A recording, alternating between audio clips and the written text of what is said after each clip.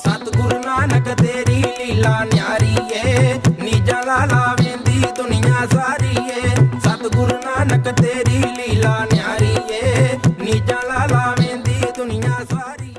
जी सलाम दोस्तों, मैं ਤੁਹਾਡਾ ਆਪਣਾ ਸਭ ਤੋਂ ਪੰਜਾਬੀ ਜੀਵੇ ਸਾਂਝਾ ਪੰਜਾਬ ਤੋਂ ਤੇ ਅੱਜ ਅਸੀਂ ਤੁਹਾਨੂੰ ਜੀਵੇ ਸਾਂਝਾ ਪੰਜਾਬ ਰਾਹੀਂ ਲੈ ਕੇ ਆਏ ਹਾਂ ਗੁਰਦੁਆਰਾ ਸੱਚਾ ਸੌਦਾ ਕਿ ਜਿੱਥੇ ਗੁਰੂ ਨਾਨਕ ਦੇਵ ਮਹਾਰਾਜ ਜੀ ਹੋਰਾਂ ਨੇ 20 ਰੁਪਏ ਦਾ ਭੁੱਖੇ ਨੰਗੇ ਸਾਧੂਆਂ ਨੂੰ ਲੰਗਰ ਛਕਾਇਆ ਸੀ। ਗੁਰੂ ਨਾਨਕ ਦੇਵ ਮਹਾਰਾਜ ਜੀ ਹੋਰਾਂ ਦੇ ਪਿਤਾ ਕਾਲੂ ਮਹਿਤਾ ਜੀ ਹੋਰਾਂ ਨੇ ਇਹਨਾਂ ਨੂੰ 20 ਰੁਪਏ ਦਿੱਤੇ ਤੇ ਆਖਿਆ ਕਿ ਚੂੜ ਕਾਣੇ ਦੀ ਮੰਡੀ ਦੇ ਵਿੱਚ ਜਾ ਕੇ ਸੱਚਾ ਸੁੱਚਾ ਤੇ ਖਰਾ ਸੌਦਾ ਕਰਕੇ ਆਓ। ਗੁਰੂ ਨਾਨਕ ਦੇਵ ਮਹਾਰਾਜ ਜੀ ਪਿਤਾ ਕਾਲੂ ਮਹਿਤਾ ਜੀ ਹੋਰਾਂ ਦੇ ਆਖਣ ਤੇ ਚੂੜ ਕਾਣੇ ਦੀ ਮੰਡੀ ਦੇ ਵਿੱਚ ਆਏ। ਆ ਕੇ ਵੇਖਿਆ ਕਿ ਇੱਥੇ ਉਹਨਾਂ ਨੂੰ ਕੁਝ ਭੁੱਖੇ ਨੰਗੇ ਸਾਧੂ ਦਿਖੇ। ਆਪ ਨੇ ਸੋਚਿਆ ਕਿ ਇਹਨਾਂ ਭੁੱਖੇ ਨੰਗੇ ਸਾਧੂਆਂ ਨੂੰ अगर रजाया जाए तो इस तो खरा तो इस तो सुच्चा इस तो सच्चा सौदा नहीं हो सकता कोई। आपने वो 20 रुपए का लंगर जड़ा वो भुखे नंगे साधू ने छका के ते इत्थे लंगर की रीत चलाई। जी दोस्तों, तुसी देख रहे हो जीवे साझा पंजाब ते असी तुहानू लैके आए हैं फरूकाबाद गुरुद्वारा सच्चा सौदा, जिस का इतिहास श्री गुरु नानक देव महाराज जी नाल जुड़िया होया है। श्री गुरु नानक साहिब जदों 18 वरियां दे होए ते पिता कल्याण दास बहुत निराश सन कि नानक दा मन खेती अते ना ही दूजे हयाती दे कम्मां विच सी। कालू मेहता जी ने सोचिया कि नानक नूं वपार विच रुझा के वेखदे हां, शायद सारा दिन नानक गाहकां नाल गलबात करके खुश रहेगा। इस तरह सोचदियां एक शुभ दिहाड़ की चोण करके कालू मेहता जी ने भाई मरदाना जी नूं गुरु साहिब नाल मंडी चूड़काना जो लाहौर तो लगभग 70 किलोमीटर के पंध ते है जाके वपार करन नूं आख्या। पिता कल्याण दास ने गुरु नानक साहिब नूं 20 रुपए देंदे होए आख्या कि नानक जाओ सच्चा सुच्चा अते खरा सौदा करके आओ, जिस नाल साडी शोभा वधे। जे तुसीं लाभकारी लैण देण कीता ते मैं तुहानूं अगली वार वधेरे पैसे नाल घल्लांगा। श्री गुरु नानक साहिब अते भाई मरदाना तलवंडी तो 12 मील का पैंडा करके मंडी चूड़काना माल खरीदन लई गए। जदों गुरु नानक साहिब अते भाई मरदाना मंडी चूड़काना दे जंगल कोल पहुँचे, जिथे उन्होंने भुखे नंगे साधु मिले जो पानी की घाट अते बीमारी के फैलण कारण बीमार सन। गुरु नानक साहिब ने भाई मरदाना जी नूं कहा, पिता जी ने सानू चंगा लैन देन करन लई भेजिया है।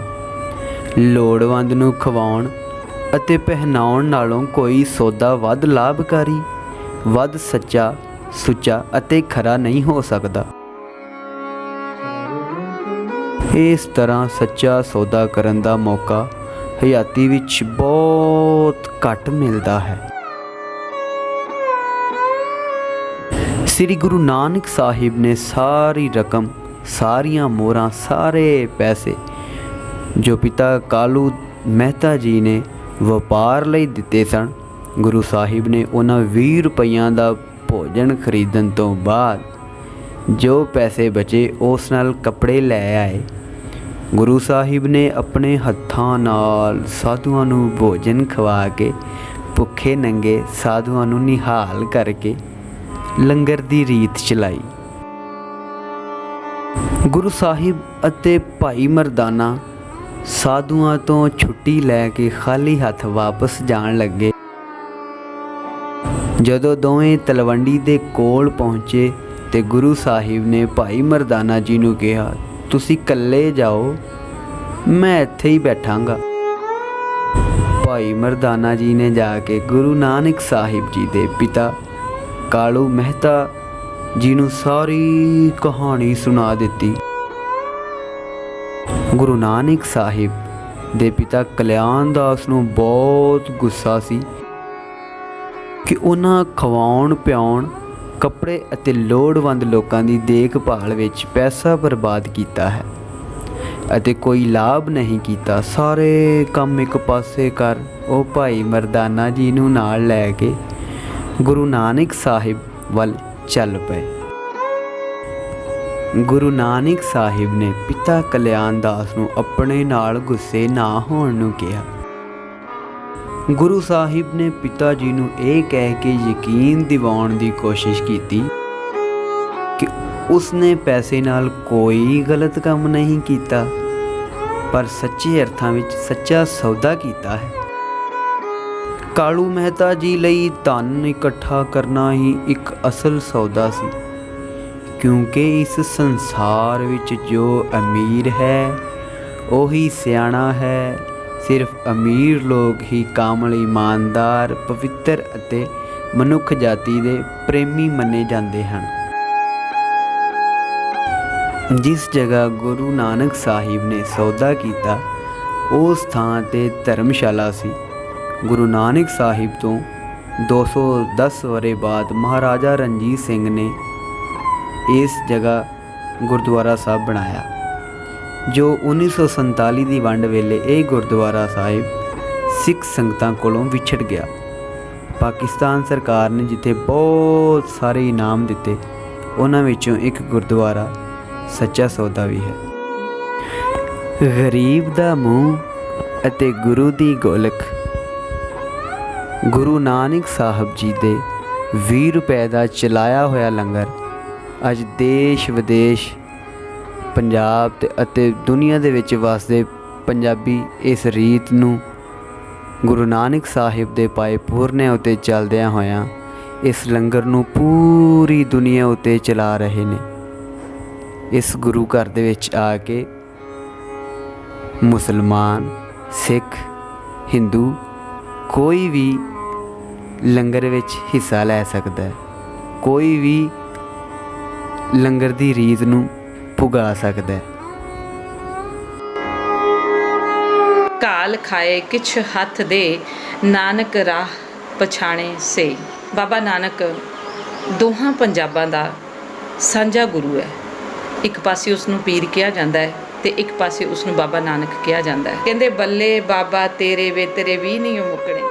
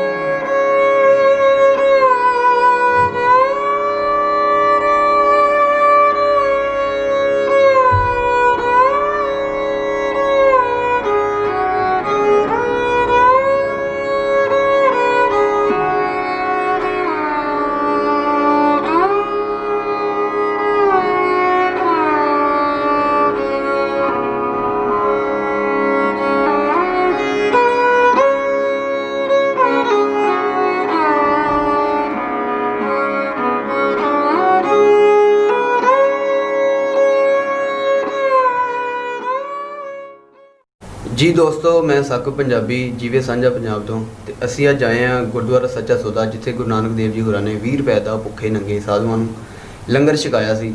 ਤੇ ਅੱਜ ਸਾਡੇ ਨਾਲ ਨੇ ਇਸ ਗੁਰੂ ਘਰ ਦੇ ਗ੍ਰੰਥੀ ਗਿਆਨੀ ਭਾਈ ਗੁਰਦਾਸ ਜੀ, ਤੇ ਅਸੀਂ ਇਹਨਾਂ ਕੋਲੋਂ ਇਸ ਗੁਰੂ ਘਰ ਦਾ, ਇਸ ਗੁਰੂ ਨਾਨਕ ਦੇਵ ਜੀ ਹੋਰਾਂ ਦੀ ਉਦਾਸੀ ਦਾ ਅਸੀਂ ਇਤਿਹਾਸ ਪਤਾ ਕਰਾਂਗੇ ਤੇ ਤੁਹਾਡੇ ਨਾਲ ਜੀਵੇ ਸਾਂਝਾ ਪੰਜਾਬ ਥਾਈਂ ਸਾਂਝਾ ਕਰਾਂਗੇ। ਅੱਛਾ, ਤੁਸੀਂ ਇਹ ਦੱਸੋ ਕਿ ਗੁਰੂ ਨਾਨਕ ਦੇਵ ਮਹਾਰਾਜ ਜੀ ਹੋਰਾਂ ਨੇ ਇਸ ਚੂੜਕਾਣੇ ਮੰਡੀ ਦੀ ਕਦੋਂ ਉਦਾਸੀ ਕੀਤੀ, ਕਿਹੜੀ ਸੰਨ ਦੇ ਵਿੱਚ? ਵਾਹਿਗੁਰੂ ਜੀ ਕਾ ਖਾਲਸਾ, ਵਾਹਿਗੁਰੂ ਜੀ ਕੀ ਫਤਿਹ। ਗੁਰਦੁਆਰਾ ਸੱਚਾ ਸੌਦਾ ਜਿਸ ਸਥਾਨ ਤੇ ਅੱਜ ਆਪਾਂ ਬੈਠੇ ਹਾਂ, ਬਾਬਾ ਨਾਨਕ ਪਾਤਸ਼ਾਹ ਜੀ ਦੀ ਉਮਰ ਜਦੋਂ 18 ਸਾਲ ਹੋਈ ਤੇ ਪਿਤਾ ਜੀ ਨੇ 20 ਰੁਪਏ ਦਿੱਤੇ ਕਿ ਜਾਓ ਨਾਨਕ, ਕੋਈ ਐਸਾ ਕੰਮ ਕਰਕੇ ਆਓ, ਕਿ ਐਸਾ ਵਪਾਰ ਕਰਕੇ ਆਓ ਕਿ ਜਿਹਦੇ ਵਿੱਚ ਦੁਨੀਆ ਦੇ ਲੋਕ ਮੇਰੀ ਸ਼ੋਭਾ ਕਰਨ, ਵਾਹਵਾ ਕਰਨ। ਤੇ ਪੁੱਤਰ ਨਾਨਕ, ਵਪਾਰ ਉਹ ਕਰੀ ਜਿਹਦੇ ਵਿੱਚ ਦੁੱਗਣਾ ਤਿੱਗਣਾ ਤੇ ਚੌਗਣਾ ਮੁਨਾਫਾ ਹੋਵੇ, ਠੱਗੀ ਵਾਲਾ ਵਪਾਰ ਨਾ ਕਰੀ। ਮੰਡੀ ਚੂੜਕਾਣਾ 12 ਕੋਹ ਦੂਰ, 35 ਕਿਲੋਮੀਟਰ ਦੂਰ ਜਿਹੜਾ ਹੈ ਉਹ ਨਨਕਾਣਾ ਸਾਹਿਬ ਰਾਏ ਭੋਜ ਦੀ ਤਲਵੰਡੀ ਉਸ ਟਾਈਮ ਨਾਮ ਸੀ, ਤੇ ਉਹ ਤੋਂ ਦੂਰ ਸੀਗਾ। ਤੇ ਇੱਥੇ ਮੰਡੀ ਚੂੜਕਾਣਾ ਜਿਹੜਾ ਕਿ ਇਸ ਗੁਰੂ ਘਰ ਤੋਂ ਮੰਡੀ ਚੂੜਕਾਣਾ 3 ਕਿਲੋਮੀਟਰ ਦੂਰ ਹੈ, ਜਿਹਦਾ ਨਾਮ ਅੱਜ ਫਰੂਕਾਬਾਦ ਹੈ। 1971 ਵਿੱਚ ਇਹਦਾ ਨਾਮ ਚੇਂਜ ਕਰ ਦਿੱਤਾ ਗਿਆ ਸੀ। ਇਹਦਾ ਪੁਰਾਣਾ ਨਾਮ ਮੰਡੀ ਚੂੜਕਾਣਾ ਹੈ। ਤੇ ਇੱਥੇ ਬਹੁਤ ਵੱਡੀ ਮੰਡੀ ਲੱਗਦੀ ਹੁੰਦੀ ਸੀ, ਲੋਕ ਆਪਣਾ ਬਿਜ਼ਨਸ ਕਰਦੇ ਸਨ। ਜਿਸ ਸਥਾਨ ਤੇ ਅੱਜ ਗੁਰਦੁਆਰਾ ਸੱਚਾ ਸੌਦਾ ਹੈ, ਇੱਥੇ ਨਗਰ ਦਾ ਨਾਮ ਵੀ, ਜਿਸ ਨਗਰ ਦਾ ਨਾਮ ਇੱਥੇ ਆਲੇ ਦੁਆਲੇ ਬਹੁਤ ਵੱਡਾ ਪਿੰਡ ਹੈ, ਇਹਦੇ ਪਿੰਡ ਦਾ ਨਾਮ ਵੀ ਸੱਚਾ ਸੌਦਾ ਹੀ ਹੈ, ਸਿਰਫ ਗੁਰੂ ਘਰ ਦਾ ਨਾਮ ਨਹੀਂ ਹੈ। ਕਿਉਂਕਿ ਸੱਚਾ ਸੌਦਾ ਗੁਰੂ ਸਾਹਿਬ ਜੀ ਨੇ ਇਸ ਦਾ ਨਾਮ ਨਹੀਂ ਰੱਖਿਆ, ਬਲਕਿ ਜਦੋਂ ਗੁਰੂ ਸਾਹਿਬ ਜੀ ਇੱਥੋਂ ਗੁਜ਼ਰ ਰਹੇ ਸਨ ਤੇ ਉਹਨਾਂ ਨੇ ਵੇਖਿਆ ਕਿ ਉਸ ਟਾਈਮ ਇਹ ਜੰਗਲ ਦਾ ਇੱਕ ਟਿੱਬਾ ਸੀ, ਜੰਗਲ ਸੀ। ਮੰਡੀ ਚੂੜਕਾਣਾ ਦਾ ਇਹ ਜੰਗਲ ਹੁੰਦਾ ਸੀ। ਮੰਡੀ ਚੂੜਕਾਣਾ ਦੇ ਇਸ ਜੰਗਲ ਦੇ ਇਸ ਟਿੱਬੇ ਤੇ ਅੱਜ ਉੱਚੇ ਥੜੇ ਤੇ ਇੱਕ ਬਹੁਤ ਵੱਡਾ ਗੁਰਦੁਆਰਾ ਬਣਿਆ ਹੈ, ਜਿਸ ਦਾ ਨਾਮ ਸੱਚਾ ਸੌਦਾ ਹੈ। ਸੋ ਇਸ ਸੱਚੇ ਸੌਦੇ ਦੇ ਇਸ ਥੜੇ ਤੇ ਉਸ ਟਾਈਮ ਇੱਕ ਸੰਤ ਮੰਡਲੀ ਰਹਿੰਦੀ ਸੀ, ਜਿਹੜੇ ਕਿ ਸਾਰਾ ਦਿਨ ਪਰਮਾਤਮਾ ਨੂੰ, ਰੱਬ ਨੂੰ ਯਾਦ ਕਰਦੇ ਸਨ। ਤੇ ਇੱਥੇ ਜਾਤ ਪਾਤ ਵਿੱਚ ਬਹੁਤ ਜ਼ਿਆਦਾ ਭੇਦ ਸੀ ਆਪਸ ਦੇ ਵਿੱਚ। ਮਤਲਬ ਇੱਦਾਂ ਸੀਗਾ ਕਿ ਵੀ ਲੋਕ ਗਰੀਬ ਨੀਚ ਜ਼ਾਤਾਂ ਨੂੰ, ਜਿਨ੍ਹਾਂ ਨੂੰ ਸਮਝਦੇ ਸਨ ਨੀਚ ਜਾਤ, ਉਹਨਾਂ ਨੂੰ ਪਾਣੀ ਤੱਕ ਨਹੀਂ ਸੀ ਪੁੱਛਦੇ। ਈਵਨ ਕਿ ਆਪਣੇ ਨਾ ਪਿੰਡ ਵਿੱਚ ਜਾਂ ਮਹੱਲੇ ਵਿੱਚ ਵੀ ਨਹੀਂ ਸੀ ਰਹਿਣ ਦਿੰਦੇ ਉਹਨਾਂ ਨੂੰ। ਸੋ ਗੁਰੂ ਸਾਹਿਬ ਜੀ ਨੇ ਜਦੋਂ ਵੇਖਿਆ ਕਿ ਇੱਥੇ ਸੰਤ ਮੰਡਲੀ ਹੈ, ਉਹ ਰੱਬ ਨੂੰ ਬੰਦਗੀ ਕਰ ਰਹੇ ਨੇ, ਤਾਂ ਤੇ ਪੂਰੇ ਬਸਤਰ ਨਹੀਂ ਹੈ, ਕੱਪੜੇ ਨਹੀਂ ਹੈ, ਭੁੱਖੇ ਨੇ, ਧਿਆਏ ਨੇ, ਰੋਗੀ ਨੇ। ਤੇ ਤਾਂ ਸਭ ਤੋਂ ਵੱਡੇ ਇੱਥੇ ਇੱਕ ਸੰਤ ਬੈਠੇ ਸੰਤ ਸਨ, ਉਹਨਾਂ ਦਾ ਨਾਮ ਸੀ ਸੰਤ ਰਹਿਣ। ਸੰਤ ਕਹਿੰਦੇ ਨੇ ਕਿ ਰੱਬ ਦੇ ਪਿਆਰੇ ਜਿਹੜੇ ਸਨ, ਉਹਦਾ ਨਾਮ ਸੀ ਸੰਤ ਰਹਿਣ। ਤੇ ਸੰਤ ਰਹਿਣ ਨੇ ਨੂੰ ਗੁਰੂ ਸਾਹਿਬ ਜੀ ਨੇ 20 ਰੁਪਏ ਦੀਆਂ ਜਿਹੜੀਆਂ, ਜਦੋਂ ਹਾਲ ਪਤਾ ਲੱਗਾ ਉਹਨਾਂ ਦਾ, ਮਹਾਰਾਜ ਜੀ ਨੇ ਤਾਂ ਉਹ 20 ਰੁਪਏ ਦੀਆਂ ਜਿਹੜੀਆਂ ਮੋਹਰਾਂ ਸਨ, ਜਾਂ ਮਹਾਰਾਜ ਰੱਬ ਨੇ ਉਹਨਾਂ ਦੇ ਪਿਤਾ ਜੀ ਨੇ ਜੋ ਉਹਨਾਂ ਨੂੰ ਦਿੱਤੇ ਸਨ 20 ਰੁਪਏ, ਤੇ ਉਹ 20 ਰੁਪਏ ਮਤਲਬ ਉਹਨਾਂ ਨੇ ਉਹ 20 ਰੁਪਏ ਦੀਆਂ ਜਿਹੜੀਆਂ ਮੋਹਰਾਂ ਸਨ, ਮਹਾਰਾਜ ਜੀ ਨੇ ਉਹਨਾਂ ਨੂੰ ਸੰਤ ਰਹਿਣ ਨੂੰ ਦਿੱਤੀਆਂ ਕਿ ਤੁਸੀਂ ਜਿਸ ਚੀਜ਼ ਦੀ ਜ਼ਰੂਰਤ ਹੈ ਖਰੀਦ ਤੋਂ ਲੈ ਲਓ। ਤੇ ਸੰਤ ਰਹਿਣ ਜੀ ਕਹਿੰਦੇ ਨਹੀਂ ਜੀ, ਤੁਸੀਂ ਇਹਦੇ ਨਾਲ ਉਹੀ ਕੰਮ ਕਰੋ ਜੋ ਆਪ ਜੀ ਦੇ ਪਿਤਾ ਜੀ ਨੇ ਆਪ ਜੀ ਨੂੰ ਬਚਨ ਕੀਤੇ ਨੇ, ਭੇਜਿਆ। ਤੇ ਮਹਾਰਾਜ ਜੀ ਗਏ ਮੰਡੀ ਚੂੜਕਾਣਾ, ਗੁਰੂ ਸਾਹਿਬ ਜੀ ਗਏ ਤੇ ਉਹਨਾਂ ਨੇ ਉੱਥੋਂ 20 ਰੁਪਏ ਦਾ ਰਾਸ਼ਨ ਲਿਆਂਦਾ, ਉਹਨਾਂ ਦੇ ਤਨ ਵਾਸਤੇ ਬਸਤਰ ਕੱਪੜੇ ਲੈ ਕੇ ਆਏ। ਤੇ ਉਹਨਾਂ ਨੂੰ ਮਤਲਬ ਲਿਆ ਕੇ ਰਾਸ਼ਨ ਉਹਨਾਂ ਨੂੰ ਭੇਟ ਨਹੀਂ ਕੀਤਾ, ਦੇ ਕੇ ਨਹੀਂ ਗਏ। ਮਹਾਰਾਜ ਜੀ ਨੇ ਇੱਥੇ ਆਪਣੇ ਹੱਥਾਂ ਨਾਲ ਜਿਹੜਾ ਹੈ ਗਰੀਬ ਦਾ ਮੁੱਖ ਗੁਰੂ ਦੀ ਗੋਲਕ, ਉਹ ਵੰਡ ਛਕਾਇਆ, ਉਹ ਬਚਨ ਕਮਾਏ ਕਿ ਜਿਹੜਾ ਅੱਜ ਪੂਰਾ ਸਿੱਖ ਜਿਹੜਾ ਜਗਤ ਜਿਹੜਾ ਹੈ, ਉਹ ਗੁਰੂ ਸਾਹਿਬ ਜੀ ਦੀ ਜੋ ਲੰਗਰ ਦੀ ਜਿਹੜੀ ਸ਼ੁਰੂਆਤ ਅਸੀਂ ਕਹਿੰਦੇ ਹਾਂ ਕਿ ਗੁਰੂ ਸਾਹਿਬ ਜੀ ਨੇ ਇੱਥੇ ਜੋ ਉਹਨਾਂ ਦੇ ਵਿੱਚ ਵਰਤਾਵਾ ਵਰਤਿਆ। ਬੇਸਿਕਲੀ ਗੁਰੂ ਸਾਹਿਬ ਜੀ ਨੇ, ਬਾਬਾ ਨਾਨਕ ਜੀ ਨੇ ਇਸ ਸਥਾਨ ਤੇ ਢਿੱਡ ਦੀ ਭੁੱਖ ਵਾਲਾ ਲੰਗਰ ਨਹੀਂ ਸੀ ਵੰਡਿਆ, ਬਲਕਿ ਬਾਬਾ ਜੀ ਨੇ ਸਿੱਖ ਨੂੰ ਇਸ ਸਥਾਨ ਤੇ ਇੱਕ ਐਸਾ ਜੀਵਨ ਦਿੱਤਾ। ਮਹਾਰਾਜ ਜੀ ਨੇ ਇੱਕ ਐਸਾ ਮਤਲਬ ਸੋਝੀ ਦਿੱਤੀ, ਇੱਕ ਮਹਾਰਾਜ ਜੀ ਨੇ ਇੱਕ ਐਸੀ ਬਚਨ ਜਿਹੜੇ ਕਮਾਏ ਸਨ, ਉਹ ਇਹ ਸਨ ਕਿ ਵੀ ਸਿੱਖ ਦਾ ਜਿਹੜੀ ਸੋਚ ਹੈ, ਸਿੱਖ ਪੂਰਾ ਜਗਤ ਜਿਹੜਾ ਹੈ ਉਹ ਗੁਰੂ ਦਾ ਲੰਗਰ ਹਾਲ ਹੈ। ਤੇ ਜਿੱਥੇ ਵੀ ਕੋਈ ਗਰੀਬ ਲੱਭਦਾ, ਜਿੱਥੇ ਵੀ ਕੋਈ ਜ਼ਰੂਰਤਮੰਦ ਲੱਭਦਾ, ਤੇ ਉੱਥੇ ਹੀ ਗੁਰੂ ਦਾ ਲੰਗਰ ਹਾਲ ਹੈ। ਗਰੀਬ ਦਾ ਮੁੱਖ ਗੁਰੂ ਦੀ ਗੋਲਕ ਹੈ। ਕਿਉਂਕਿ ਗੁਰੂ ਸਾਹਿਬ ਜੀ ਜਦੋਂ ਜਾਣ ਲੱਗੇ ਨਾ, ਤੇ ਫਕੀਰਾਂ ਨੇ ਕਾਫੀ ਮਹੀਨੇ 3-4 ਮਹੀਨੇ ਇੱਥੇ ਰਹੇ, ਸੇਵਾ ਕੀਤੀ ਉਹਨਾਂ ਦੀ। ਤੇ ਜਦੋਂ ਜਾਣ ਲੱਗੇ ਤੇ ਫਕੀਰਾਂ ਨੇ ਬਾਂਹ ਫੜ ਲਈ, ਕਹਿਣ ਲੱਗੇ ਤੁਹਾਨੂੰ ਤੇ ਜਿਹੜੇ 20 ਰੁਪਏ ਸਾਨੂੰ ਵਪਾਰ ਵਾਸਤੇ ਮਿਲੇ ਸਨ, ਕੀ ਜਵਾਬ ਦਿਓਗੇ ਪਿਤਾ ਜੀ ਨੂੰ ਕਿ ਮੈਂ ਕਿੱਥੇ ਖਰਚੇ ਆ, ਕੀ ਲਾਇਆ, ਕੀ ਕਰਕੇ ਆਇਆ? ਤੇ ਗੁਰੂ ਸਾਹਿਬ ਜੀ ਕਹਿਣ ਲੱਗੇ ਮੈਨੂੰ ਤੇ ਪਿਤਾ ਜੀ ਨੇ ਇੱਕੋ ਗੱਲ ਸਮਝਾਈ ਸੀ ਕਿ ਪੁੱਤਰਾ, ਵਪਾਰ ਉਹ ਕਰੀ ਜਿਹਦੇ ਵਿੱਚ ਦੁੱਗਣਾ ਤਿੱਗਣਾ ਚੌਗਣਾ ਮੁਨਾਫਾ ਹੋਵੇ। ਔਰ ਮੇਰੀ ਸੁੱਚਾ ਵਪਾਰ ਕਰੀ, ਸੱਚਾ ਵਪਾਰ ਕਰੀ। ਔਰ ਮੇਰੀ ਨਜ਼ਰ ਵਿੱਚ ਜੋ ਸੱਚਾ ਵਪਾਰ ਹੈ ਉਹ ਇਹੀ ਹੈ ਜੋ ਮੈਂ ਆਪ ਜੀ ਨਾਲ ਕਰ ਚੁੱਕਿਆ ਹਾਂ। ਗਰੀਬ ਦਾ ਮੁਖ ਗੁਰੂ ਦੀ ਗੋਲਕ ਹੈ। ਇਸ ਕਰਕੇ ਇਸ ਜਗ੍ਹਾ ਦਾ ਨਾਮ ਸੱਚਾ ਸੌਦਾ ਹੈ, ਕਿਉਂਕਿ ਗੁਰੂ ਸਾਹਿਬ ਜੀ ਦੇ ਜਾਣ ਤੋਂ ਬਾਅਦ 210 ਸਾਲ ਤੱਕ ਇੱਥੇ ਗੁਰਦੁਆਰਾ ਨਹੀਂ ਸੀ ਹੈ, ਇੱਥੇ ਧਰਮਸ਼ਾਲਾ ਸੀ। ਇਹਨੂੰ ਲੋਕ ਨਾਨਕ ਨਾਮ ਲੇਵਾ ਜਿਹੜੇ ਸਨ, ਸਿੱਖ ਦਾ ਲਫ਼ਜ਼ ਬਾਅਦ 'ਚ ਆਇਆ, ਲੇਕਿਨ ਨਾਨਕ ਪੰਥੀ ਲੋਕ ਜਿਹੜੇ ਸਨ, ਨਾਨਕ ਨਾਮ ਲੇਵਾ ਲੋਕ ਜਿਹੜੇ ਸਨ, ਉਹ ਇੱਥੇ ਆ ਕੇ ਆਪਣਾ ਸੁੱਖ ਛੱਡ ਕੇ ਲੋਕਾਂ ਨੂੰ ਸੁੱਖ ਦਿੰਦੇ ਸਨ। ਬਾਅਦ ਦੇ ਵਿੱਚ ਇੱਥੇ ਗੁਰਦੁਆਰਾ ਸਾਹਿਬ ਬਣਾਇਆ ਗਿਆ, ਸੱਚਾ ਸੌਦਾ, ਜਿਹਦਾ ਨਗਰ ਦਾ ਨਾਮ ਵੀ ਸੱਚਾ ਸੌਦਾ ਰੱਖਿਆ ਗਿਆ। ਔਰ ਉਸ ਤੋਂ ਬਾਅਦ ਜਿਹੜਾ ਫਿਰ ਇਹ 1837 ਵਿੱਚ ਇਸ ਬਿਲਡਿੰਗ ਨੂੰ, ਜਦੋਂ ਸਿੱਖ ਰਾਜ ਆਇਆ, ਮਹਾਰਾਜਾ ਰਣਜੀਤ ਸਿੰਘ ਦਾ ਰਾਜ ਆਇਆ, ਤੇ ਉਸ ਟਾਈਮ ਇਹ ਬਿਲਡਿੰਗ ਨੂੰ ਬਣਾਇਆ ਗਿਆ ਸੀ। ਔਰ ਇਸ ਸਥਾਨ ਤੇ ਜਿਹੜਾ ਇੱਕ ਬਾਵਲੀ ਹੈ, ਖੂਹ ਹੈ, ਜਿਹੜਾ ਕਿ ਬਾਬਾ ਨਾਨਕ ਜੀ ਨੇ ਆਪਣੇ ਹੱਥਾਂ ਨਾਲ ਬਣਾਇਆ।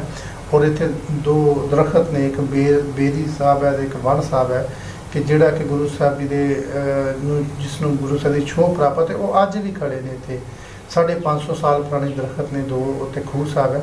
ਸੋ ਇਸ ਕਰਕੇ ਫਿਰ ਦੂਸਰੀ ਬਾਅਦ 'ਚ ਫਿਰ ਪਾਕਿਸਤਾਨ ਹਿੰਦੁਸਤਾਨ ਦੀ ਵੰਡ ਹੋ ਗਈ, ਗੁਰਦੁਆਰਾ ਸਾਹਿਬ ਬੰਦ ਹੋ ਗਿਆ। ਫਿਰ ਬਾਅਦ 'ਚ ਸਨ 2000 ਦੇ ਵਿੱਚ ਜਦੋਂ ਪਾਕਿਸਤਾਨ ਸਿੱਖ ਗੁਰਦੁਆਰਾ ਪ੍ਰਬੰਧਕ ਕਮੇਟੀ ਬਣੀ, ਉਸ ਤੋਂ ਪਹਿਲੇ ਗੁਰਦੁਆਰਾ ਸਾਹਿਬ ਖੁੱਲ੍ਹ ਚੁੱਕਿਆ ਸੀ, ਲੇਕਿਨ ਪ੍ਰੋਪਰ ਇਹਦੀ ਸੇਵਾ ਸੰਭਾਲ ਜਿਹੜੀ ਹੈ ਉਹ ਪਾਕਿਸਤਾਨ ਗੌਰਮੈਂਟ ਨੇ ਸਿੱਖ ਕੌਮ ਨੂੰ ਇੱਕ ਬਹੁਤ ਸਾਰੇ ਗਿਫਟ ਦਿੱਤੇ ਨੇ। ਲੇਕਿਨ ਇਹ ਵੀ ਗਿਫਟ ਜਿਹੜਾ ਉਹ ਇਹਦੇ ਵਿੱਚ ਇੱਕ ਸਭ ਤੋਂ ਪਹਿਲਾ ਗਿਫਟ ਸੀਗਾ ਕਿ ਜਿਹੜਾ ਕਿ ਸਨ 2000 ਵਿੱਚ ਜਿਹੜਾ ਜਦੋਂ ਕਰਤਾਰਪੁਰ ਸਾਹਿਬ ਦੀ ਓਪਨਿੰਗ ਹੋਈ, ਉਸ ਤੋਂ ਪਹਿਲੇ ਕਰਤਾਰਪੁਰ ਸਾਹਿਬ ਖੋਲ੍ਹਿਆ ਗਿਆ। ਹੁਣ ਤੇ ਲਾਂਘੇ ਦੀ ਕੋਰੀਡੋਰ ਦੀ ਕੱਲ੍ਹ ਤੋਂ ਮੈਂ ਪਹਿਲੇ ਦੀ ਗੱਲ ਕਰ ਰਿਹਾ। ਸੋ ਇਹ ਉਹ ਗੁਰਦੁਆਰਾ ਸਾਹਿਬ ਹੈ ਜਿਹੜਾ ਕਿ ਪਾਕਿਸਤਾਨ ਅੱਜ ਇੱਥੇ ਗੁਰੂ ਸਾਹਿਬ ਦੀ ਬੜੀ ਸੋਹਣੇ ਦੀਵਾਨ ਸਜਦੇ ਨੇ। ਪਾਕਿਸਤਾਨ ਗੌਰਮੈਂਟ ਦਾ ਬਹੁਤ ਇਹਦੇ ਵਿੱਚ ਉਪਰਾਲਾ ਹੈ। ਪਾਕਿਸਤਾਨ ਸਿੱਖ ਗੁਰਦੁਆਰਾ ਪ੍ਰਬੰਧਕ ਕਮੇਟੀ ਦਾ ਬਹੁਤ ਵੱਡਾ ਉਪਰਾਲਾ ਹੈ, ਜਿਨ੍ਹਾਂ ਦੀ ਮਿਹਨਤ ਇਹਨਾਂ ਦੇ ਕਰਕੇ ਗੁਰੂ ਘਰ ਖੁੱਲ੍ਹੇ। ਜਦੋਂ ਗੁਰੂ ਨਾਨਕ ਦੇਵ ਮਹਾਰਾਜ ਇੱਥੋਂ ਵਾਪਸ ਗਏ ਚੂੜਕਾਣੇ ਦੀ ਮੰਡੀ ਤੋਂ ਰਾਏ ਭੋਜ ਦੀ ਤਲਵੰਡੀ ਵਾਪਸ, ਤੇ ਜਾ ਕੇ ਪਿਤਾ ਕਾਲੂ ਮਹਿਤਾ ਜੀ ਹੋਰਾਂ ਨੂੰ ਜਦੋਂ ਉਹਨਾਂ ਨੇ ਪੁੱਛਿਆ ਤੇ ਗੁਰੂ ਨਾਨਕ ਦੇਵ ਮਹਾਰਾਜ ਜੀ ਹੋਰਾਂ ਨੇ ਕੀ ਜਵਾਬ ਦਿੱਤਾ? ਕਿ ਬਾਬਾ ਨਾਨਕ ਜੀ ਜਦੋਂ ਇੱਥੋਂ ਗਏ ਨਾ ਵਪਾਰ ਕਰਕੇ, ਤੇ ਬਾਬਾ ਨਾਨਕ ਪਾਤਸ਼ਾਹ ਜੀ ਜਿਹੜੇ ਨਾ ਉਹ ਰਾਏ ਭੋਜ ਤਲਵੰਡੀ ਤੋਂ ਬਾਹਰ ਹੀ ਨਾ ਇੱਕ ਸੰਘਣਾ ਜਿਹਾ ਵਣ ਸੀ, ਉਹਦੇ ਥੱਲੇ ਬਹਿ ਗਏ ਤੇ ਸੋਚਿਆ ਕਿ ਬਾਪੂ ਸ਼ਾਇਦ ਮੈਨੂੰ ਗੁੱਸਾ ਕਰੇ। ਲੇਕਿਨ ਬਾਪੂ ਮਹਾਰਾਜ ਜੀ ਡਰ ਤੋਂ ਨਹੀਂ ਸੀ ਰੁਕੇ ਕਿ ਵੀ ਮੈਂ ਬਾਪੂ ਮੈਨੂੰ ਮਾਰਨਗੇ। ਲੇਕਿਨ ਮਹਾਰਾਜ ਜੀ ਬੈਠੇ ਇਸ ਕਰਕੇ ਬੈਠੇ ਕਿ ਸ਼ਾਇਦ ਮੇਰੇ ਬਾਪੂ ਨੂੰ ਸਮਝ ਆ ਜਾਏ, ਸੋਝੀ ਆ ਜਾਏ ਕਿ ਮੇਰੇ ਪੁੱਤਰ ਨੇ ਬੜਾ ਵੱਡਾ ਵਪਾਰ, ਉੱਚਾ ਵਪਾਰ ਕੀਤਾ ਹੈ। ਲੇਕਿਨ ਬਾਬਾ ਨਾਨਕ ਜੀ ਦੇ ਨਾਲ ਇੱਕ ਭਾਈ ਬਾਲਾ ਜੀ ਸਿੰਘ, ਜਦੋਂ ਬਾਲਾ ਜੀ ਨੇ ਜਾ ਕੇ ਦੱਸਿਆ ਨੇ ਕਿ ਬਾਬਾ ਨਾਨਕ ਜੀ ਦੇ ਉੱਥੇ ਜਾ ਕੇ ਲੁਕ ਗਏ ਨੇ, ਉੱਥੇ ਬੈਠੇ ਨੇ, ਤੇ ਉੱਥੇ ਵਣ ਦੇ ਥੱਲੇ ਤੇ ਤੁਸੀਂ ਮਹਿਤਾ ਕਾਲੂ ਜੀ ਗਏ, ਉਹਨਾਂ ਨੇ ਕੱਢਿਆ ਉੱਥੋਂ ਵਣ ਦੇ ਥੱਲੋਂ ਗੁਰੂ ਸਾਹਿਬ ਜੀ ਨੇ ਤੇ ਜਾ ਕੇ 2 ਥੱਪੜ ਮਾਰੇ ਤੇ ਭੈਣ ਨਾਨਕੀ ਨੇ ਜਾ ਕੇ ਬਚਾਇਆ। ਤੇ ਕਹਿੰਦੇ ਕਿ ਵੀ ਤੂੰ ਕੀ ਮੇਰੇ 20 ਰੁਪਏ ਉਜਾੜ ਕੇ ਆ ਗਏ ਆ, ਤੇ ਤੈਨੂੰ ਮੈਂ ਵਪਾਰ ਵਾਸਤੇ ਦਿੱਤੇ ਸਨ। ਤੇ ਗੁਰੂ ਸਾਹਿਬ ਜੀ ਨੂੰ ਗੁੱਸਾ ਕੀਤਾ ਤੇ ਰਾਏ ਬਲਾਰ ਇੱਕ ਮੁਸਲਮਾਨ ਰਾਜਾ ਸੀ। ਰਾਏ ਬਲਾਰ ਰਾਏ ਭੋਜ ਤਲਵੰਡੀ ਦਾ ਮਾਲਕ ਸੀ, ਜਿਹੜਾ ਕਿ 1400 ਮੁਰੱਬੇ ਦਾ 1400 ਮੁਰੱਬੇ ਦਾ ਮਾਲਕ ਸੀ। ਜਦੋਂ ਉਹਨੂੰ ਪਤਾ ਲੱਗਾ ਨਾ ਕਿ ਬਾਬਾ ਨਾਨਕ ਨੂੰ ਥੱਪੜ ਵੱਜਾ 20 ਰੁਪਏ ਦੇ ਕਰਕੇ, ਕਿਉਂਕਿ ਰਾਏ ਬਲਾਰ ਬਾਬਾ ਨਾਨਕ ਨੂੰ ਆਪਣਾ ਬਜ਼ੁਰਗ, ਆਪਣੇ ਪੀਰਾਂ ਵਾਂਗੂ ਮਤਲਬ ਮੁਰਸ਼ਦ ਮੰਨਦੇ ਸਨ, ਸਤਿਕਾਰ ਕਰਦੇ ਸਨ। ਜਦੋਂ ਰਾਏ ਬਲਾਰ ਨੂੰ, ਕਿਉਂਕਿ ਬਾਬਾ ਨਾਨਕ ਜੀ ਨੂੰ ਰੱਬੀ ਨੂਰ ਜਿਹਨੇ ਜਾਣਿਆ ਸਭ ਤੋਂ ਪਹਿਲੇ ਉਹ ਰਾਏ ਬਲਾਰ ਹੈ। ਬੀਬੀ ਨਾਨਕੀ ਦਾ ਨੰਬਰ ਵੀ ਬਾਅਦ 'ਚ ਆਉਂਦਾ ਹੈ, ਉਹ ਸਭ ਤੋਂ ਪਹਿਲੇ ਰਾਏ ਬਲਾਰ ਹੈ। ਮਤਲਬ ਭੈਣ ਨੂੰ ਬਾਅਦ 'ਚ ਪਤਾ ਲੱਗਾ ਰਾਏ ਬਲਾਰ ਨੂੰ ਉਹਨੂੰ ਪਹਿਲੇ ਪਤਾ ਲੱਗ ਗਿਆ ਸੀ ਕਿ ਇੱਕ ਰੱਬ ਦਾ ਨੂਰ ਹੈ। ਤੇ ਜਦੋਂ ਗੁਰੂ ਸਾਹਿਬ ਜੀ ਨੂੰ ਦਾ ਇਹ ਵਾਰਤਾ ਜਾਂ ਇਹ ਕਹਾਣੀ ਜਦੋਂ ਉਹਨੂੰ ਪਤਾ ਲੱਗਾ ਨਾ, ਕਰਨੀ ਪਈ, ਤੇ ਆਪਣਾ ਘਰ-ਬਾਰ ਛੱਡ ਕੇ ਨਾ ਮਹਿਤਾ ਜੀ ਦੇ ਘਰ ਆ ਗਿਆ। ਕਹਿਣ ਲੱਗਾ, ਕਾਲੂ ਤੂੰ 20 ਰੁਪਏ ਮੇਰੇ ਕੋਲ ਮੰਗ ਲੈਂਦਾ, ਮੈਨੂੰ ਕਿਉਂ ਮੇਰੇ ਰੱਬੀ ਨੂਰ ਨੂੰ ਮਾਰਿਆ ਹੀ? ਤੇ ਮਹਿਤਾ ਜੀ ਕਹਿਣ ਲੱਗੇ, ਮੈਂ ਤਾਂ ਨਾਨਕ ਨੂੰ 20 ਰੁਪਏ ਇਸ ਕਰਕੇ ਦਿੱਤੇ ਸਨ ਕਿ ਮੇਰਾ ਪੁੱਤਰ ਕੋਈ ਵਪਾਰ ਕਰਕੇ ਆਏਗਾ, ਬਿਜ਼ਨਸ ਕਰਕੇ, ਮੈਨੂੰ ਕੀ ਪਤਾ ਮੇਰੇ 20 ਰੁਪਏ ਉਜਾੜ ਕੇ ਆ ਜਾਏਗਾ। ਤੇ ਰਾਏ ਬਲਾਰ ਰੋਣ ਲੱਗ ਪਿਆ, ਹੰਝੂ ਭਰ ਆਏ, ਕਹਿਣ ਲੱਗਾ ਮੇਰਾ ਬਾਬਾ ਨਾਨਕ ਲੋਕਾਂ ਨੂੰ ਉਜਾੜਨ ਨਹੀਂ ਆਇਆ, ਮੇਰਾ ਬਾਬਾ ਨਾਨਕ ਮੇਰਾ ਤੇ ਲੋਕਾਂ ਦੇ ਵਿੱਚ ਬਖਸ਼ਿਸ਼ਾਂ ਵੰਡਣ ਆਇਆ। ਤੂੰ 1400 ਮੁਰੱਬਾ ਆਪਣਾ ਤੂੰ 20 ਰੁਪਏ ਦੇ ਕਰਕੇ ਲਾਉਣਾ, ਮੇਰੀ 1500 ਮੁਰੱਬਾ ਜ਼ਮੀਨ ਹੈ, ਮੈਂ ਆਪਣਾ 750 ਮੁਰੱਬਾ ਜ਼ਮੀਨ ਜਿਹੜੀ ਹੈ ਉਹ ਮੈਂ ਅੱਜ ਬਾਬਾ ਨਾਨਕ ਜੀ ਦੇ ਨਾਮ ਲਾ ਦੇਣਾ। ਇਸ ਤੋਂ ਬਾਅਦ ਮੇਰੇ ਪੀਰ ਨੂੰ ਮਿਹਣਾ ਨਾ ਮਾਰੀ ਕਿ ਮੇਰੇ ਪੀਰ ਤੇਰੇ 20 ਰੁਪਏ ਉਜਾੜ ਕੇ ਆ ਜਾਏਗਾ। ਸੋ ਇਹ 750 ਮੁਰੱਬਾ ਜ਼ਮੀਨ ਜਿਹੜੀ ਆ ਰਾਏ ਬੁਲਾਰ ਨੇ ਉਸ ਟਾਈਮ ਬਾਬਾ ਨਾਨਕ ਜੀ ਦੇ ਨਾਮ ਕੀਤੀ ਸੀ, ਜਦੋਂ ਗੁਰੂ ਸਾਹਿਬ ਜੀ ਇੱਥੋਂ ਵਪਾਰ ਕਰਕੇ ਗਏ ਸਨ, ਜਦੋਂ ਪਿਤਾ ਨੇ ਥੱਪੜ ਮਾਰਿਆ ਸੀ। ਤੇ ਮਹਿਤਾ ਜੀ ਕਹਿਣ ਲੱਗੇ ਮੈਂ ਤੇ ਨਾਨਕ ਨੂੰ 20 ਰੁਪਏ ਇਸ ਕਰਕੇ ਦਿੱਤੇ ਸਨ ਕਿ ਮੇਰਾ ਪੁੱਤਰ ਮੇਰੀ ਸੋਭਾ ਹੋਏਗੀ, ਵਾਵਾ ਹੋਏਗੀ, ਵਡਿਆਈ ਹੋਏਗੀ।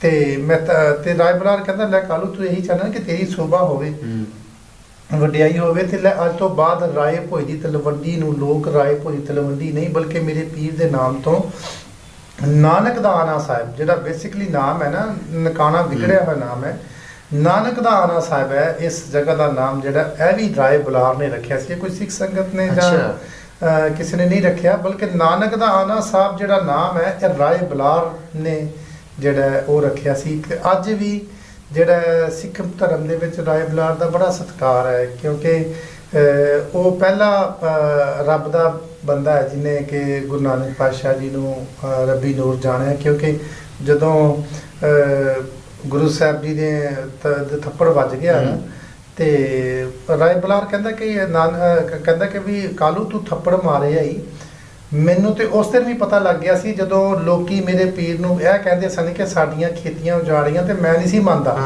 ਤੇ ਮੈਂ ਲੋਕਾਂ ਦੀ ਬਾਹ ਫੜ ਕੇ ਉਹਨਾਂ ਦੇ ਖੇਤਾਂ ਤੇ ਲੈ ਜਾਂਦਾ ਸੀ, ਕਹਿੰਦਾ ਸੀ ਕਿ ਦਿਖਾਓ ਜੇ ਅਗਰ ਇੱਕ ਤੁਹਾਡਾ ਤੀਲਾ ਵੀ ਟੁੱਟਾ ਤੇ ਮੈਂ ਤੁਹਾਨੂੰ ਦੁੱਗਣਾ ਦੇਵਾਂਗਾ। ਤੇ ਲੇਕਿਨ ਜਾ ਕੇ ਮੈਂ ਵੇਖਦਾ ਸੀ ਤੇ ਮੇਰੇ ਮਾਲਕ ਨੇ ਹਰੀਆਂ ਭਰੀਆਂ ਉੱਥੇ ਖੇਤੀਆਂ ਰੱਖੀਆਂ ਹੋਈਆਂ ਸਨ। ਸੋ ਇਹ ਜਿਹੜੀ ਵਾਰਤਾ ਜਾਂ ਕਹਾਣੀਆਂ ਬੜੀਆਂ ਨੇ ਜਿਹੜੀਆਂ ਕਿ ਇਤਿਹਾਸ ਬਹੁਤ ਹੈ। ਗੁਰੂ ਨਾਨਕ ਦੇਵ ਮਹਾਰਾਜ ਜੀ ਤੇ ਰਾਏ ਬੁਲਾਰ ਜੀ, ਉਹਨਾਂ ਨੂੰ ਵੇਖਿਆ ਜਾਵੇ ਇੱਕ ਮੁਸਲਮ ਤੇ ਇੱਕ ਗੁਰੂ ਨਾਨਕ ਦੇਵ ਜੀ ਹੋਰਾਂ ਦੇ ਆਪਸੀ ਪਿਆਰ, ਆਪਸੀ ਸਦਭਾਵਨਾ, ਆਪਸੀ ਸਤਿਕਾਰ ਨੂੰ ਅਗਰ ਵੇਖਿਆ ਜਾਵੇ ਤੇ ਇੱਥੇ ਵੀ ਇਨਸਾਨੀਅਤ ਦੀ ਹੀ ਜਿੱਤ ਹੁੰਦੀ ਹੈ। ਬਿਲਕੁਲ, ਕਿਉਂਕਿ ਮਜ਼ਹਬ ਧਰਮ ਜਿਹੜੇ ਨੇ ਉਹ ਇਨਸਾਨੀਅਤ ਤੋਂ ਹਟ ਕੇ ਜਿਹੜੇ ਸਾਡੇ ਗੁਰੂ ਪੀਰ ਫਕੀਰ ਸੰਤ ਦਰਵੇਸ਼ ਹੋਏ ਨੇ, ਉਹਨਾਂ ਨੇ ਮਜ਼ਹਬ ਤੋਂ ਧਰਮ ਤੋਂ ਹਟ ਕੇ ਹਮੇਸ਼ਾ ਇਨਸਾਨ ਤੇ ਇਨਸਾਨੀਅਤ ਦਾ ਹੀ ਭਲਾ ਕੀਤਾ ਹੈ। ਇੱਕ ਗੱਲ ਮੈਂ ਜ਼ਰੂਰ ਕਹਾਂਗਾ ਕਿ ਅਸੀਂ ਆਪਣੇ ਇਤਿਹਾਸ ਨੂੰ ਨਾ ਪੜ੍ਹਦੇ ਨਹੀਂ ਹਾਂ। ਪੜ੍ਹਦੇ ਨਹੀਂ, ਬਿਲਕੁਲ। ਸਾਡੇ ਪੁਰਖਾਂ ਨੇ ਜਾਂ ਸਾਡੇ ਵੱਡਿਆਂ ਨੇ ਕੀ ਕੀਤਾ ਸੀ ਉਹਦੇ ਉੱਤੇ ਕਦੀ ਵੀ ਵਿਚਾਰ ਨਹੀਂ ਕੀਤੀ। ਦੇਖੋ ਕੋਈ ਵੀ ਧਰਮ ਦੀ ਗੱਲ ਬਾਅਦ 'ਚ ਹੈ, ਲੇਕਿਨ ਬਾਬਾ ਨਾਨਕ ਜੀ ਨੇ ਸਭ ਤੋਂ ਵੱਡੀ ਜਿਹੜਾ ਦਰਸ ਦਿੱਤਾ ਹੈ ਉਹ ਇਨਸਾਨੀਅਤ ਹੈ। ਸਿੱਖ ਨੂੰ ਆਪਾਂ ਆਪ ਵਾਰਨਾ ਸਿਖਾਇਆ। ਅੱਜ ਸਿੱਖ ਜਿਹੜਾ ਹੈ ਉਹ ਆਪਣਾ ਜੀਵਨ ਜਿਹੜਾ ਹੈ ਬਾਬਾ, ਸਭ ਤੋਂ ਵੱਡੀ ਗੱਲ ਹੈ ਕਿ ਸੱਚਾ ਸੌਦਾ ਕੀ ਹੈ? ਆਪਾਂ ਆਪ ਵਾਰਨਾ ਹੈ। ਉਹ ਆਪਾਂ ਆਪ ਵਾਰਨਾ ਇਹ ਨਹੀਂ ਹੈ ਕਿ ਤੁਸੀਂ ਰੱਜਿਆਂ ਨੂੰ ਰੁਝਾਉਣਾ ਹੈ ਜਾਂ ਲੰਗਰ ਚਲਾਉਣਾ ਹੈ, ਤੁਸੀਂ ਆਪਾਂ ਆਪ ਵਾਰਨਾ ਹੈ। ਜੇ ਅਗਰ ਕਿਸੇ ਨੂੰ ਡਾਇਰੈਕਸ਼ਨ ਚਾਹੀਦੀ ਹੈ ਤਾਂ ਤੁਸੀਂ ਉਹਨੂੰ ਰਾਹ ਦਿਖਾਓ। ਅਗਰ ਕਿਸੇ ਨੂੰ ਠੰਡ ਚਾਹੀਦੀ ਹੈ, ਸਕੂਨ ਚਾਹੀਦਾ ਹੈ, ਉਹਨੂੰ ਤੁਸੀਂ ਛਾਂ ਥੱਲੇ ਬਿਠਾਓ, ਪਾਣੀ ਪਿਲਾਓ। ਅਗਰ ਕਿਸੇ ਦੀ ਸੇਵਾ ਕਰਦੇ ਹੋ, ਕਿਸੇ ਦੀ ਸੇਵਾ ਕਰੋ। ਅਗਰ ਕੋਈ ਗਰੀਬ ਕਿਸੇ ਤੋਂ ਤੰਗ ਹੈ, ਤੁਸੀਂ ਹਾਂ ਦਾ ਨਾਰਾ ਮਾਰੋ ਉਹਦੇ ਵਾਸਤੇ ਹੱਕ ਵਾਸਤੇ ਜੂਝੋ। ਮਤਲਬ ਆਪਾਂ ਆਪ ਵਾਰਨ ਦਾ ਜਿਹੜਾ ਬਲ ਹੈ ਸਿੱਖ ਧਰਮ ਦੇ ਵਿੱਚ, ਉਹ ਸਿਰਫ ਸਿੱਖ ਕੌਮ ਵਾਸਤੇ ਨਹੀਂ ਹੈ। ਦੇਖੋ ਬਾਬਾ ਨਾਨਕ ਪਾਤਸ਼ਾਹ ਦੀ ਉਮਰ 70 ਸਾਲ ਸੀ, ਉਸ ਪੀਰ ਨੇ 52 ਸਾਲ ਪੈਦਲ ਸਫ਼ਰ ਕੀਤਾ ਹੈ। ਪੂਰੀ ਦੁਨੀਆ ਦੇ ਵਿੱਚ ਉਹਨੇ ਆਪਣਾ ਦਿਖਾਤਾ ਹੈ ਕਿ ਵੀ ਉਹਦੀ ਖਲਕ ਜਿਹੜੀ ਹੈ ਰੱਬ ਵਸੇ, ਖਲਕ ਵਸੇ ਰੱਬ ਮਾਏ।